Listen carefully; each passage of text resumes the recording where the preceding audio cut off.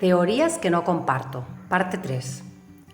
En la primera parte de este libro he intentado explicar las necesidades de los niños pequeños y los motivos de su comportamiento, pero temo aún que, como explicaba al comienzo, algunos padres lean mi libro, lean luego otros que dicen todo lo contrario e intenten aplicar una mezcla de todo, pensando que en el fondo decimos lo mismo. De modo que, a continuación, pasaré revista a unas cuantas teorías con las que no estoy de acuerdo. La puericultura fascista. Alice Miller revisa en el libro Tu propio bien las recomendaciones de los pedagogos alemanes de los siglos XIII y XIX, una corriente que se ha dado en llamar pedagogía negra. Miller señala que el objetivo final no declarado de tales métodos era formar súbditos obedientes y que aquel sistema de educación permite explicar el éxito del nazismo en Alemania entre una ciudadanía dispuesta a obedecer ciegamente a cualquier figura de autoridad, aunque sus órdenes fueran crueles, absurdas o inmorales. El libro de Miller, como todos los de una autora, constituye una lectura muy recomendable. Citaremos a continuación algunos pasajes de aquellos expertos del pasado, y en el lector podrá compararlos con los actuales y ver cuánto hemos avanzado. Dice así: no se puede tratar de razonar con niños pequeños, de aquí que la testarudez deba ser eliminada de manera mecánica. Pero si los padres tienen la suerte de neutralizar la testarudez desde el primer momento mediante serias reprimendas y repartiendo golpes con la vara, obtendrán niños obedientes, dóciles y buenos, a los que luego podrán ofrecer una buena educación. J. Sulzer, 1748, citado por Miller. Es perfectamente natural que el alma infantil quisiera salirse con la suya, y si las cosas no se han hecho debidamente en los 2 primeros años, más tarde será difícil conseguir el objetivo. Estos 2 primeros años presentan, entre otras, la ventaja de que podemos emplear la violencia y la coacción. Con el tiempo, los niños olvidan todo cuanto les ocurrió en la primera infancia. Si en aquella etapa podemos despojarlos de su voluntad, nunca más volverán a recordar que tuvieron una. Y si precisamente por eso la severidad que sea necesaria aplicar no tendrá ninguna consecuencia grave. Otra norma muy importante por sus consecuencias es la de que incluso los deseos permisibles del niño solo deberán ser satisfechos si él mismo se encuentra en un estado anímico de amable inocuidad o al menos tranquilo, pero nunca si chilla o se muestra indócil e intratable. Al niño no debe dársele la más ligera sospecha de que puede conseguir algo de su entorno chillando y portándose incorrectamente. El aprendizaje arriba descrito dará al niño una notable ventaja en el arte de esperar y lo preparará para otro, más importante aún, en el futuro, el arte de renunciar. D. G. M. Schreber, 1858, citado por Miller. Entre los engendros propios de una filantropía mal entendida está también la idea de que para obedecer con gusto se han de comprender a fondo los motivos de la orden y de que toda obediencia ciega atenta contra la dignidad humana. L. Kellner, 1852, citado por Miller.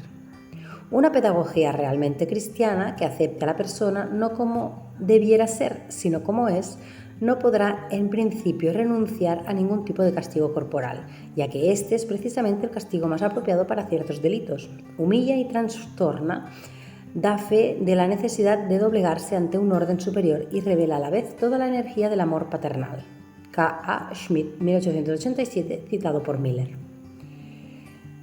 Bien, nacidas bajo regímenes políticos absolutistas y despóticos, estas teorías trasladan al interior de la familia el modelo represor del Estado y convierten al padre en policía, juez y verdugo, y a la madre en un simple suboficial. Cuando la teoría es admitida como verdad científica, se reviste de una falsa respetabilidad. La ciencia, se supone, no tiene ideología, es neutral y objetiva. Personas que jamás aceptarían un Estado represor aceptan ahora una pedagogía represora. En 1945, los doctores Kohler, director del Hospital de Mujeres de Basilea, y Willy, jefe del asilo de infancia de Zúrich, se expresaban en términos muy parecidos. Su libro alcanzó 6 ediciones en Suiza en 1945. Vamos a leerlo un poco. La psique del niño pequeño es tan sencilla, tan inocente, tan fácil de dirigir que apenas se tropieza con dificultades. Como un reloj reacciona a las tetadas prescritas, se anuncia puntualmente, se demuestra contento con la cantidad de alimentos, está tranquilo entre las tetadas y duerme durante toda la noche. La madre se siente orgullosa y feliz de su hijo tan juicioso. Algunos lactantes no se conforman con las horas de las tetadas o quisieran mamar más de lo prescrito, o torturan a la madre cada noche con gritos durante horas enteras. Si esta, la madre, ya durante las primeras semanas corresponde a cualquier manifestación de malestar o de mal humor, pronto se hará esclava del niño y sufrirá mucho. A tiempo tenemos que quitarle sus faltas, más tarde resultan mucho más difícil. Significa un error sacar al lactante de la cama porque llora durante la noche o entre las tetadas. Es igualmente equivocado tornarlo en brazos o darle más alimento.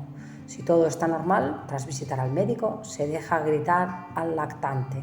A veces se conforma ya después de pocos días con el orden prescrito, pero también puede pasar semanas. Sin preocupación, se le coloca solo en una habitación donde se oigan los gritos lo menos posible. Los lactantes mayores a menudo tratan de cautivar a la madre con el llanto. Gritan furiosamente cuando sale de la habitación o se niegan a gritos recibir el alimento de otra persona que no sea de ella. Ya desde el principio tenemos que guardarnos de tomar en serio estos gritos. Curiosamente, es un autor español el que da forma más explícita propugna la puericultura como método de adoctrinamiento político.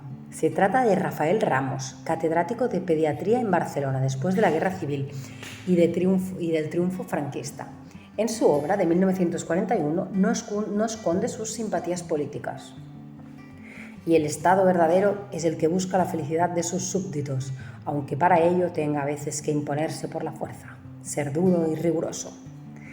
Claro que es mejor que el súbdito se críe obediente desde el principio, y así el Estado no tendrá que usar la fuerza. Sigamos. El niño en todo momento y desde el primer día de su vida debe saber que hay alguien superior a él que va a cuidarle, no solamente prodigándole alimentos, calor, etc., sino que va a frenar sus instintos, la madre. Desde que el niño nace, debe colocarse en su cuna y solamente ir a la cama de la madre cuando va a tomar el pecho. Si llora, no le cogerán en brazos ni le mecerán, sino que le limpiarán caso de estar sucio. Le pondrán el pecho si ha llegado su hora. Si tiene frío, le darán calor. O si llora porque tiene necesidad de llorar simplemente, pero sin que precise ningún remedio, se le dejará con toda tranquilidad que siga llorando. La experiencia recogida de tantas madres asegura, si la razón científica no fuera suficiente, que un niño recién nacido llora durante 10, 12, 15 días, pero que si con él se observó esta rigurosa actitud de no cogerle ni acallarlo ni ponerle chupete, pasado este intervalo convencido de la ineficacia de sus protestas, el niño va disminuyendo la intensidad de estas. B. No le pondrá el pecho cada vez que llore, sino cuando le corresponda y de una manera sistemática. También suele la madre quejarse de la puntualidad que exige la alimentación de su hijo. Mas, qué insignificante resulta esto si se tiene en cuenta el tiempo y la esclavitud prolongada que habrá de costarle si por desidia suya contrajera el pequeño cualquier trastorno o enfermedad. C. Sin acceder a sus caprichos, cuando el niño empieza a comprender que, aunque no lo manifieste, es más pronto de lo que suele creerse, deberá hacérsele saber que esta severa actitud es por su bien. Y así, poco a poco, se deposita en la conciencia del niño un germen de valor incalculable que la madre va haciendo crecer. El hijo sabe que hay alguien a quien está supeditado, que la cuida, le dirige y de quien recibe los castigos, si bien no persigue otro fin que su felicidad. A este niño, más tarde hombre, qué fácil le resultaría la obediencia a cualquier otra superioridad. Pero si a ese hombre no le educaron, así, desde su cuna, se revelará la menor contrariedad, enfrentándose con su maestro, con su jefe, con el guardia de la circulación, con el Estado que lo gobierna. Observamos aquí los principales fundamentos filosóficos que se oponen a las conductas de afecto entre madre e hijo. La maldad intrínseca del recién nacido, un ser caprichoso que abusa de quienes le cuidan y exige cosas que no necesitan solo por fastidiar. Solo a través de una educación fuertemente represiva llegará a adquirir los valores morales de un adulto, dicen. Esto choca frontalmente con la antigua idea cristiana del niño inocente, sin uso de razón, que no necesita confesarse antes de los 7 años porque es incapaz de pecar. El niño que necesita llorar, el llanto no es reconocido como síntoma de sufrimiento, sino que se considera una actividad normal e inocua, cuando no decididamente malévola del niño. Otra, la exigencia de abnegación materna, aunque a veces ha invocado el derecho de la madre a descansar para justificar estas rígidas normas de crianza, aquí se da una versión opuesta y más acorde con la realidad. La madre tiene una tendencia a acoger a su hijo y responder a sus llantos, por lo que fácilmente lo malcría por simple desidia. Seguir las normas y horarios, en cambio, es difícil y la madre se queja de ello, pero debe sacrificarse para no caer en enfermedades a su hijo, para no acarrear a enfermedades a su hijo. Otro punto, es por su bien. El trato más rígido se justifica no por el bienestar de la madre, sino por el del propio hijo. Al mismo tiempo se muestran algunos de los métodos tradicionales empleados para imponer estas teorías entre las madres. La autoridad científica, dice, cuando en realidad no existe base científica de ningún tipo y se trata de opiniones totalmente personales. La amenaza y la culpa. El niño enfermará si no se siguen las normas. Toma ya. Este escrito muestra también claramente las implicaciones políticas de la puericultura. La sumisión absoluta del niño es solo una preparación para la sumisión del adulto. Lamentablemente, estas teorías pedagógicas no han desaparecido con la dictadura que las justificaba.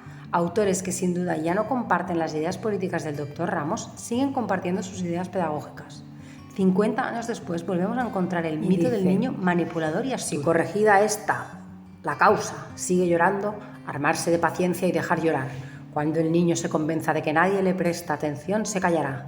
De no hacerlo así, hasta el más pequeñito pronto se dará cuenta de su poder y repetirá la escena teniendo lugar fatalmente el comienzo de una mala educación. El niño de pecho es más listo de lo que cree la gente. Ramos, 1941. Juanito es un ser inteligente, muy inteligente, y no va a doblegarse a nuestra voluntad a la primera de cambio. Aparte de pedir agua, decir pupa, trucos de los que ya os hemos hablado, puede que vomite. No os asustéis, no le pasa nada. Los niños saben provocarse el vómito con suma facilidad. Stivell, 1995. Y el mito de la madre abnegada y la imposición de las normas a los padres mediante amenazas y culpa. Vean ahí. Claro es que criar y educar bien a un niño supone sacrificio.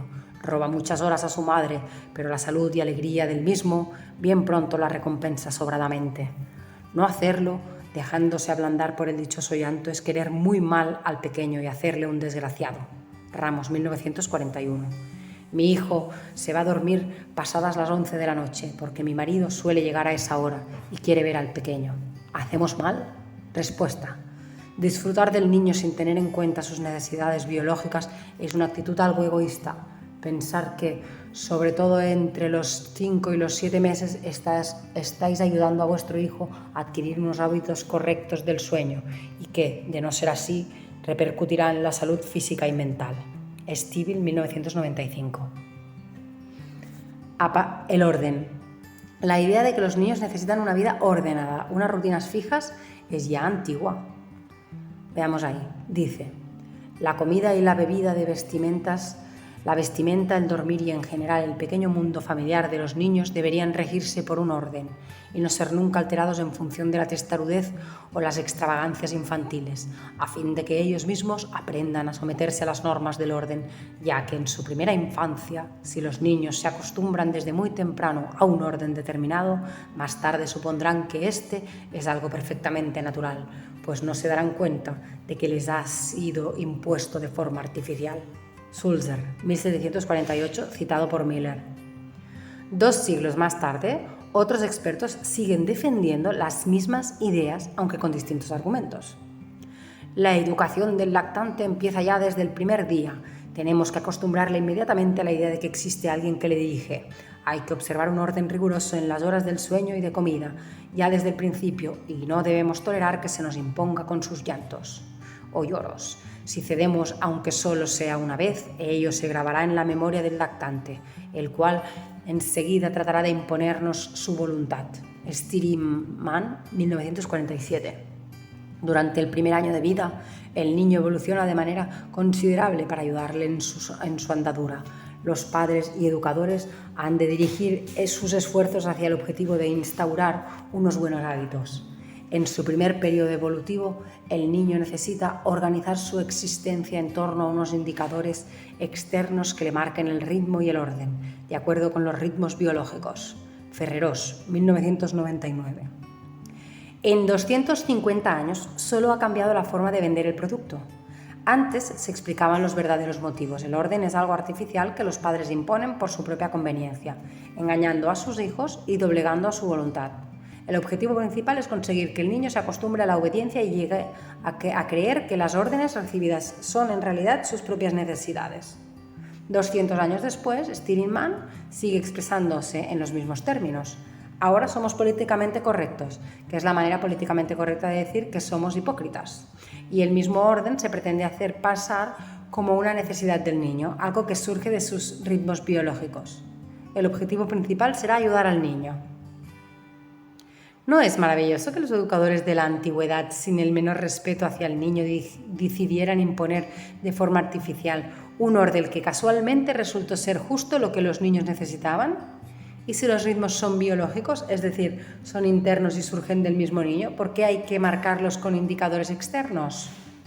Sin duda, investigadores y estudios serios han contribuido a dar importancia a las rutinas. Por ejemplo, Bowley cita el estudio de Peck y Havingsburg en una pequeña ciudad norteamericana en los años 40 y 50. Observaron cuidadosamente a un grupo de niños durante años para valorar cómo se desarrollaba su carácter y cómo influía en ello su familia. Aquellos niños mejor valorados por los investigadores y también por sus propios compañeros de colegio, bien integrados, emocionalmente maduros y en posesión de principios morales firmes e internalizados, tenían padres que aprobaban decididamente a sus hijos. Confiaban en ellos y compartían sus actividades. Eran más indulgentes que severos. Las relaciones entre los padres eran buenas y aquí viene nuestro tema. El hogar se rige por pautas y horarios regulares, aunque no demasiado rígidos. Pero ojo, en aquel estudio solo 4 niños habían sido clasificados como maduros y bien integrados, y uno de ellos tenía una familia distinta, un hogar de clase baja muy descuidado en el cual el entrevistador advirtió pocas pautas de regularidad o coherencia. ¿Qué ocurre aquí? ¿No era la regularidad lo que producía adolescentes tan simpáticos y equilibrados? ¿Era lo demás, el cariño, la confianza y el contacto? La regularidad aparecía en 3 de las 4 familias por casualidad, porque era una cualidad apreciada por las familias de clase media de aquella época. También podrían haber dicho, los padres de los niños bien integrados llevan corbata, pero una familia de clase baja viviendo en el desorden también puede tener un hijo plenamente maduro y equilibrado si le ofrece cariño y respeto. Dentro de la vida ordenada, merece una especial atención el mito de las rutinas nocturnas. Una madre nos explicaba así su desconcierto. El pediatra nos dijo que hay que empezar a generarle una rutina, pero no lo tenemos que dormir en brazos, lo que es muy difícil. El niño prefiere los brazos a la rutina y para sus padres es también más fácil. ¿Por qué complicar las cosas? Según el mito, hay que poner al niño a dormir siempre de la misma forma, porque si no, nunca aprenderá. Pero la vida no es siempre igual. ¿Cómo empieza su hijo a tomar una alimentación variada? Unas veces come un puré con cuchara que le dan los padres o que intenta agarrar él solo. Otras veces la comida está en trocitos que coge con los dedos y al cabo de unos meses con un tenedor. Puede que usted sujete un plátano o un gajo de mandarina mientras él lo chupa y otras veces será él el que lo sujetará a la comida. Unos días comerá sentado en su trona, otros en el regazo de papá. Algunas veces masticará una galleta o un trozo de pan mientras pasea por la calle en un cochecito. Suele comer en casa, pero algunos días lo hace en casa de unos abuelos o de otros abuelos. Y en cada casa será distinta la trona, o no habrá trona, y será distinto el plato y la comida estará cocinada de otro modo, y le pondrán otro babero o ningún babero, y una abuela intentará distraerle para que coma, mientras que otra le dejará a su aire. Hasta es posible que coma algunos días en la guardería. Pese a esta absoluta falta de rutina predecible, todos los niños acaban comiendo. No hace falta comer igual cada día y tampoco hace falta una rutina para irse a dormir. Pero si hiciera falta, ¿por qué no elegir la rutina con que su hijo y usted sean más felices? Dormirse en brazos, con el pecho con una canción de cuna o en la cama de sus padres también pueden ser rutinas. Solo tendría que hacerlo cada día igual. La educación conductista. El conductismo es una de las numerosas teorías psicológicas del siglo pasado. Como teoría tiene sin duda sus puntos fuertes y sus aplicaciones, y resulta útil para tratar a algunos pacientes. No es el conductismo entero lo que quiero ahora criticar, sino solo una cierta forma de aplicar la teoría de la crianza y educación de los niños. Uno de los padres del conductismo fue Skinner, un psicólogo norteamericano que metía ratas de laboratorio en unas jaulas especiales, jaulas de Skinner, por supuesto. La jaula tenía una palanca y un agujerito. Cada vez que la rata apretaba la palanca salía comida por el agujerito. Las ratas pronto aprendían a apretar la palanca para obtener comida y la apretaban cada vez más. La comida es un refuerzo y el método de aprendizaje se llama condicionamiento operante. Si desconectas la palanca y deja de salir comida, cada vez que aprieta, la rata primero aprieta la palanca frenéticamente, pero se cansa y con los días deja de apretarla por completo. Esto se llama extinción de una conducta por falta de refuerzo. Si quieres que la conducta desaparezca más rápidamente, puedes usar un refuerzo negativo. Cada vez que aprieta la palanca, descarga eléctrica. Con su jaula, su rata y mucha paciencia, Skinner llegó a saber muchísimo sobre el comportamiento de las ratas enjauladas. Jamás estudió a las ratas en libertad. Pero de todos modos, con el destello del genio, llegó a la conclusión de que sus descubrimientos podían aplicarse al ser humano y de que cualquier conducta podía ser modelada con los refuerzos adecuados. En 1948 escribió una novela de ciencia ficción, Walden 2, y este es el nombre de una especie de comuna utópica cuyos habitantes se han aislado voluntariamente del mundo para vivir de acuerdo con las enseñanzas del conductismo y en que las técnicas de refuerzo y aprendizaje constituyen la base de la sociedad. La novela está escrita en un tono didáctico y en ella Castle, un catedrático de filosofía un poco tonto, hace continuas preguntas para que Fraser, el fundador de la comunidad, pueda lucirse con las respuestas. En Walden 2, los niños se crían sin apenas contacto humano durante el primer año, en pequeñas cabinas individuales con un ventanal de cristal, colocadas todas ellas en un cuarto en el que ni siquiera hay un cuidador, al menos en el momento en que los protagonistas del libro lo visitan. A través del cristal pudimos ver a niños de diversas edades. Ninguno tenía puesto más que un pañal y no tenían ropa de cama. En una de las cabinas, un pequeño recién nacido de buenos colores dormía boca abajo. Otros bebés de más edad estaban despiertos y jugando con juguetes. Cerca de la puerta, un niño a gatas apretaba la nariz contra el cristal mientras nos sonreía. En la novela, la cuidadora de estos bebés entra en el cuarto al que medio en broma llaman acuario, solo para enseñárselo a los visitantes. Desde luego los niños no toman el pecho, pues la madre es una fuente de infección. ¿Y los padres?, dijo Castle inmediatamente. ¿No pueden ver a sus hijos? Oh, sí, siempre y cuando gocen de buena salud. Algunos padres trabajan en la guardería, otros pasan por aquí todos los días más o menos, aunque solo sea durante unos minutos. Sacan al niño al sol y juegan con él en un salón de juego.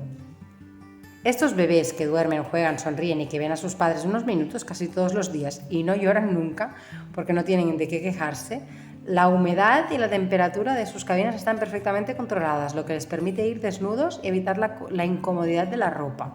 Fraser no duda en afirmar: cuando un bebé sale de nuestra primera guardería, desconoce totalmente la frustración, la ansiedad y el temor. Nunca llora, excepto cuando está enfermo. Cualquiera con 2 dedos de frente se indignaría ante esta frase. Decir que unos niños que han pasado casi toda su vida solos en un cubículo de cristal no han conocido la frustración ni la ansiedad parece una broma de mal gusto.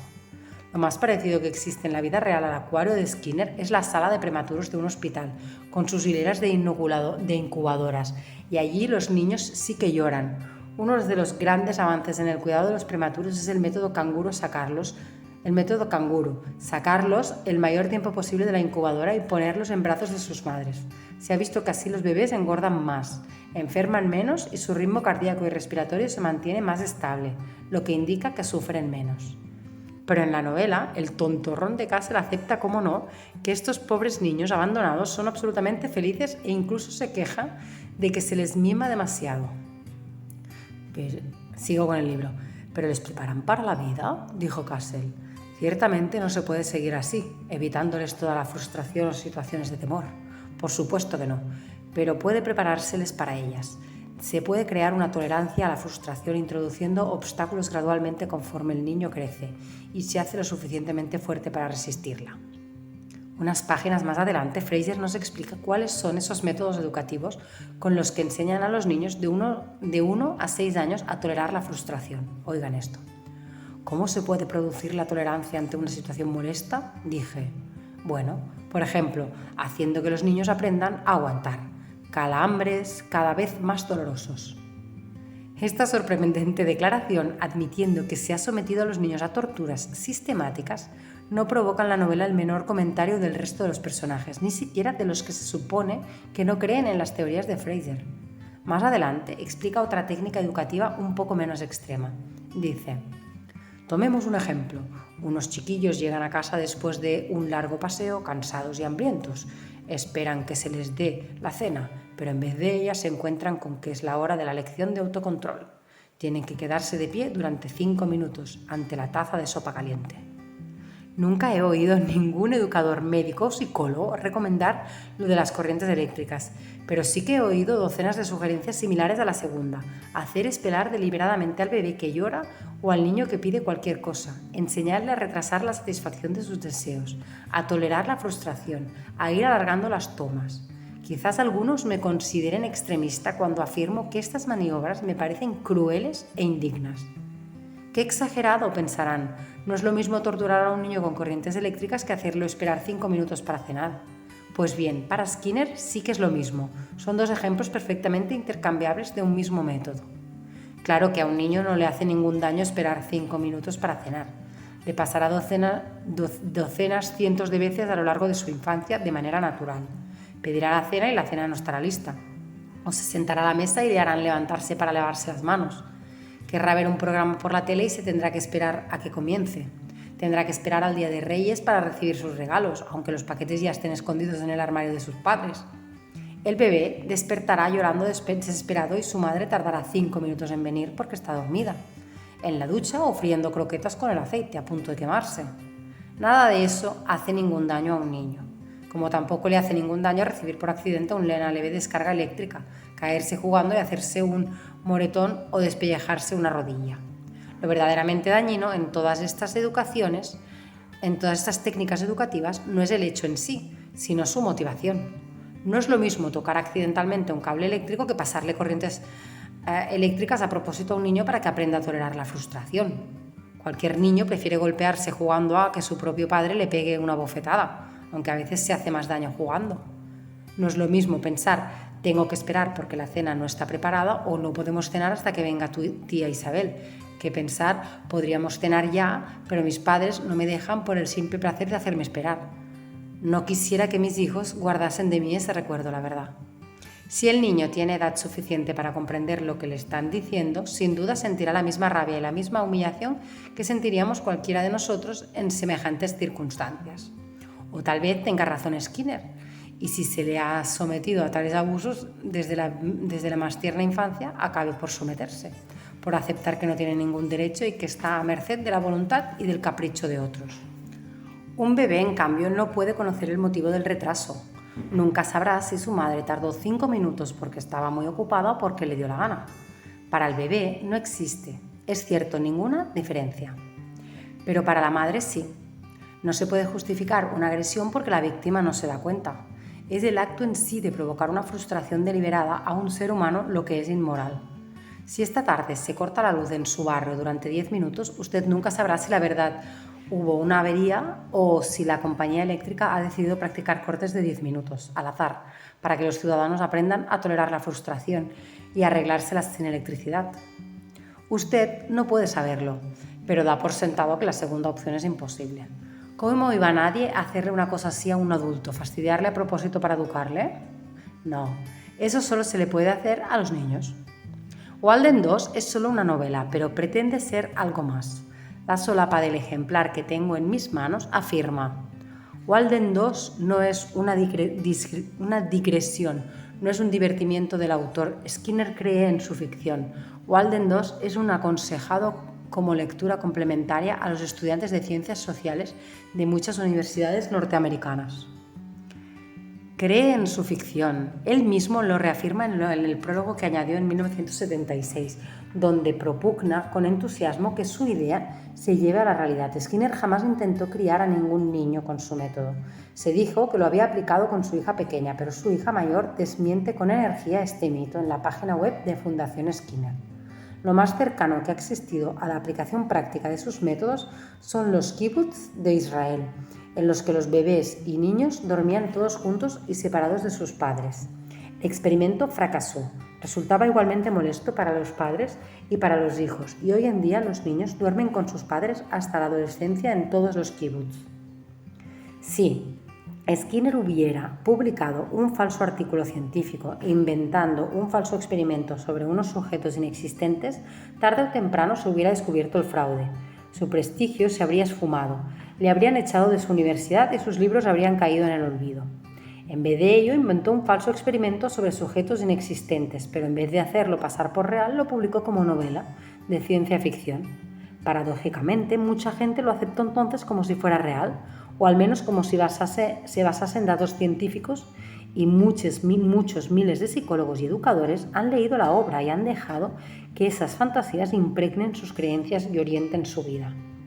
El concepto de negar sistemáticamente atención y cuidados a los niños para así aumentar su tolerancia a la frustración está ahora muy extendido, al igual que otras ingeniosas aplicaciones de las teorías conductistas. Pero en realidad ya eran ideas viejas cuando Skinner intentó darles un nuevo prestigio científico. Por ejemplo, veamos ahora cómo pueden contribuir los ejercicios a la represión total de los sentimientos. Una de estas pruebas consiste en abstenerse de ciertas cosas que a uno le gustan. Dadles buena fruta y cuando quieran lanzarse sobre ella, ponedles a prueba. ¿Podrías controlarte y guardar esta fruta hasta mañana? ¿Serías capaz de regalarla? Schreiber, 1858, citado por Miller. A diferencia de Skinner, Schreiber sí que educó a su hijo siguiendo sus normas. Su hijo, Daniel Paul Schreiber, es considerado el paciente más famoso de la psicología y el psicoanálisis, y los expertos aún discuten si el tratamiento recibido en su infancia influyó en su posterior enfermedad mental. En su hermoso libro, ¿Por qué lloras?, Cubells y Ricard nos ofrecen una teoría completamente distinta sobre la tolerancia a la frustración. Veamos. Es una equivocación frecuente el pensar que la mejor manera de aprender a tolerar y superar la frustración es hacer que el niño se enfrente a ella cuanto antes mejor. Para ellos no son los niños, sino los padres quienes tienen que aprender a tolerar la frustración. Es decir, tenemos que comprender que ciertas cosas provocan frustración en nuestros hijos y que esa frustración se manifestará con llantos, gritos, rabietas e incluso golpes e insultos. Hemos de ser capaces de tolerar estas manifestaciones de ira, que son respuestas normales a la frustración, sin negarles nuestro cariño, sin reñirles ni castigarles, sin caer en absurdas venganzas.